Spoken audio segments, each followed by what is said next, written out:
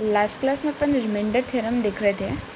अच्छा, उस remainder theorem से एक कंक्लूजन देखो क्या निकल के आता है। आपकी रिमाइंडर थ्योरम दे रखी है, let P X be any polynomial of degree greater then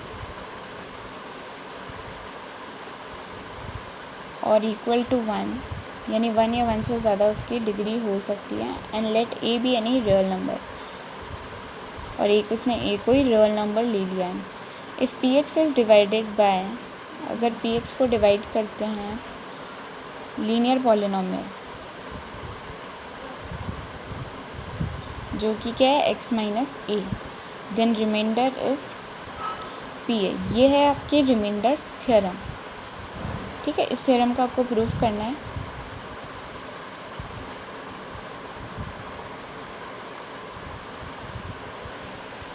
इस थ्योरम का आपको प्रूफ करना है।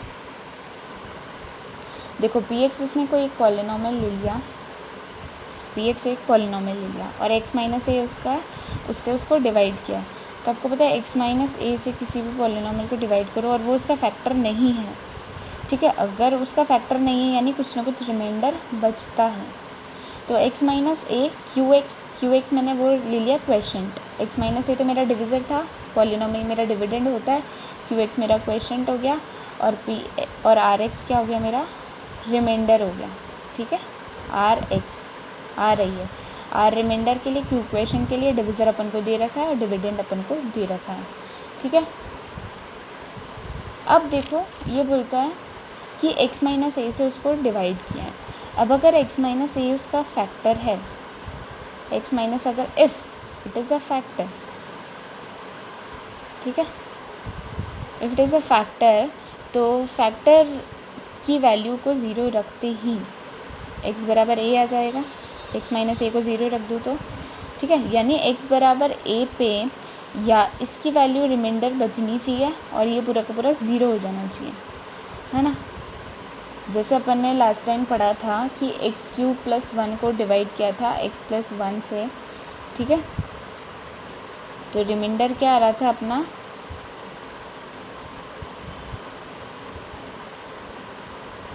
ज़ीरो, और अपना ये आंसर आ रहा था। ये इसका एक फैक्टर हो गया था और ये भी इसका एक फैक्टर हो गया था, है ना। अब देखो यहाँ पे x बराबर मैंने -1 रख के भी बताया था, x प्लस 1 को ज़ीरो रख के x की वैल्यू -1 निकाली तो उसमें पॉलिनोमियल ज़ीरो बन रहा था। पूरा का पूरा पॉलिनोमियल पूरा का पूरा ज़ीरो बन रहा था क्योंकि रिमाइंडर भी ज़ीरो है ना। अब अगर पॉलिनोमियल ज़ीरो नहीं बने तो उसमें कुछ ना कुछ रिमाइंडर वाली वैल्यू बचेगी। वो यहाँ पे समझो, x को a रखा तो x को इस इक्वेशन में a रखते ही p की सब x की जगह क्या आ जाएगा, a, that is a minus A Q A plus R A. ठीक है, a minus A zero, zero into quotient A zero ही होगा प्लस आर ए, और यहाँ क्या है इस तरफ p है, तो ये तो ज़ीरो हो गई टर्म क्योंकि ज़ीरो इंटू समथिंग ज़ीरो ही होता है, आर ए। अब देखो रिमाइंडर किसके बराबर आ गया, पी ए के बराबर, यानी मैं उस ए एक्स की उस पॉलिनोमियल में एक्स की वैल्यू क्या रख दूँ, ए, अगर यानी वो जो पॉलिनोमियल पी एक्स दे रखा है उसमें मैं अगर एक्स की वैल्यू ए रख दूँ तो मुझे क्या मिल जाएगा, रिमाइंडर मिल जाएगा।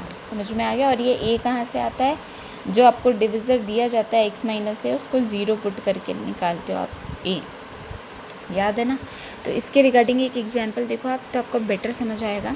एग्जांपल नंबर 9 है आपकी बुक में, जिसमें क्या करा है x4 प्लस एक्स क्यूब, ये पॉलिनोमियल है। ठीक है, इसको डिवाइड किया है x माइनस 1 से और आपको क्या बोला है, रिमाइंडर फाइंड करना है। तो आप क्या लगाओगे, रिमाइंडर थ्योरम लगाओगे सीधे सीधे। रिमाइंडर थ्योरम क्या पढ़ी अपन ने कि आर ए रिमाइंडर फाइंड करना है ना, यानी आर ए किसके बराबर होगा, पी ए के बराबर होगा। ये अपन ने थ्योरम से कंक्लूजन निकाला है, तो ये अपना बहुत इंपॉर्टेंट है, इसी बात को याद रखना है अपन को। थ्योरम तो तब ध्यान रखनी है जब थ्योरम पूछी जाएगी अलग से।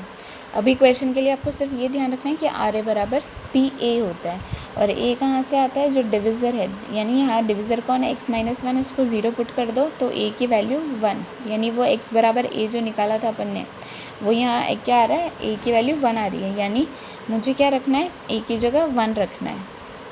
ठीक है, तो रिमाइंडर मेरा आ जाएगा R1, रिमाइंडर x बराबर 1 पे आएगा।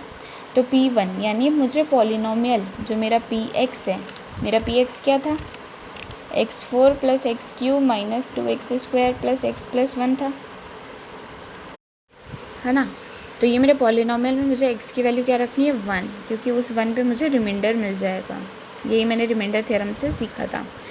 तो P1 निकालना है अपन को, अब अपना मोटिव है P1 फाइंड करना। तो मैं क्या करूँगी, x की वैल्यू x की पावर 4 थी, 1 की पावर 4 कर दी, फिर x³ था तो 1 का क्यूब कर दिया, फिर -2x² था तो 1 का स्क्वायर कर दिया, प्लस x था तो x की जगह 1, फिर +1 था। ठीक है, अब इसको सॉल्व कर लो। 1 की पावर 4 1, 1 की पावर क्यूब 1, -2, 1 का स्क्वायर 1, +1 एंड +1।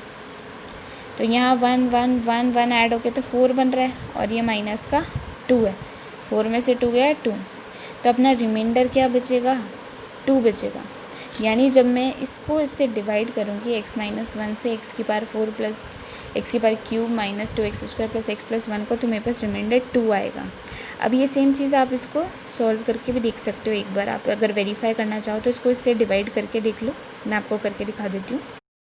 तो x की पावर 4 + x की पावर क्यूब -2x² + x + 1 को डिवाइड करना है x - 1 से। सबसे पहले x³ आ जाएगा, x4 को x से डिवाइड करूँगी तो यहाँ पे x4 माइनस क्या आ जाएगा, -1 से मल्टीप्लाई होगा तो x³, साइन चेंज कर देना, ये प्लस का हो जाएगा माइनस, ये तो 0 बन गया।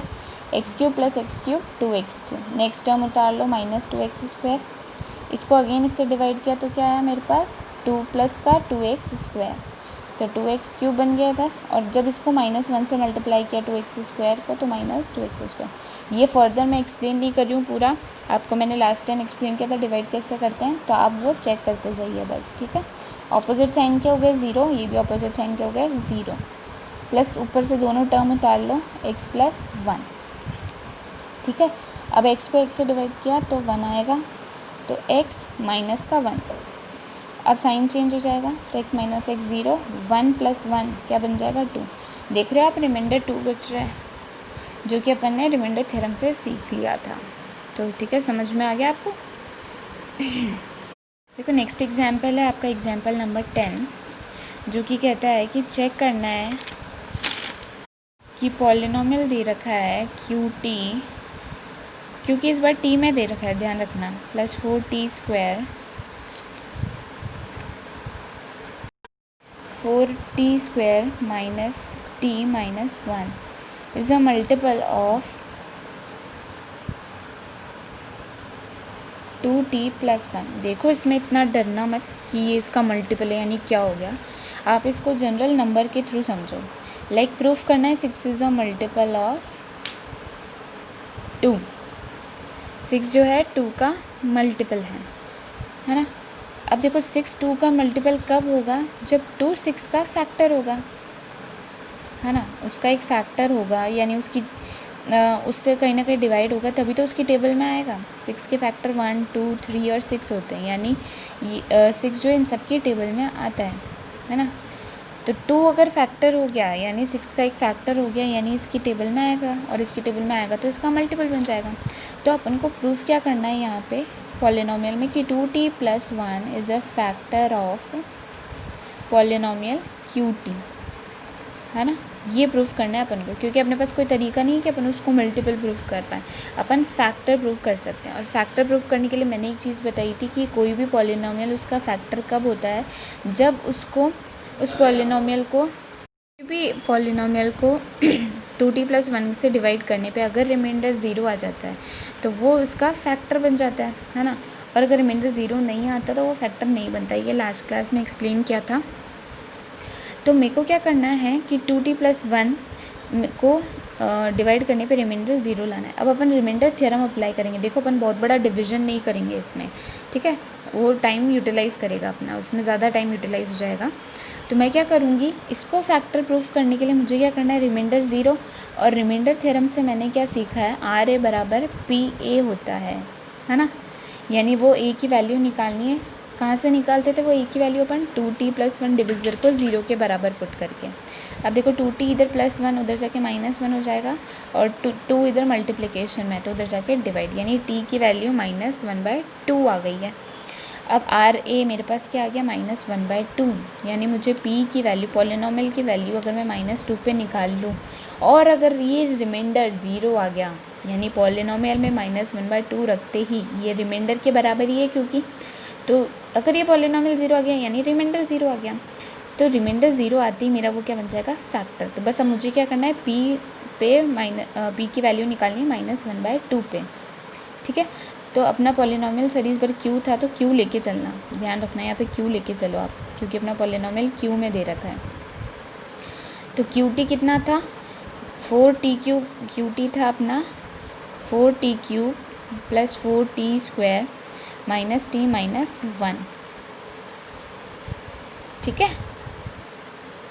तो यहाँ पे मुझे -1/2 रखना है हर t की जगह, तो 4t³ यानी -1/2³ + 4t² यानी -1/2 का स्क्वायर -t, तो यानी -1/2 - 1।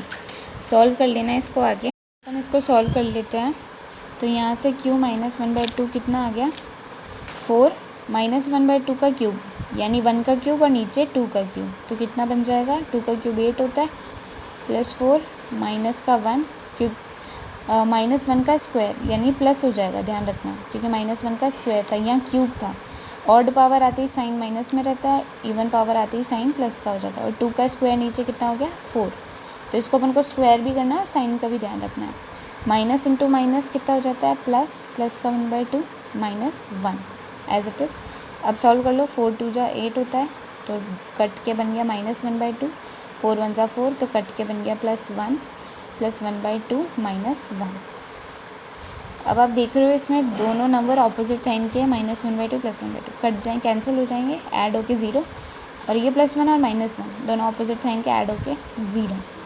तो आप देख रहे हो q -1/2 0 आ चुका है, यानी मेरे पास रिमाइंडर क्या आ चुका है 0 आ चुका है -1/2 पे। इसका मतलब क्या हो गया 2t + 1 is a factor of polynomial qt, ये उस पॉलिनॉमियल qt का फैक्टर बन गया है, ठीक है। और ये इसका फैक्टर बन गया, इसका मतलब qt is a multiple of 2t + 1। समझ में आ गया किस तरह से क्वेश्चन करना है। इसके बेसिस पे आपको नेक्स्ट एक्सरसाइज सॉल्व कर लेनी है 2.3, जो आपकी कंप्लीट हो चुकी है आज, है ना। इजी एक्सरसाइज है, इसमें भी कोई डिफ़िकल्ट क्वेश्चन नहीं है, आप अपने आप से कर सकते हो, तो उसको नोटबुक में आप कर लीजिएगा सॉल्व। नेक्स्ट क्लास में अपन पढ़ते हैं आगे का। Okay, thank you.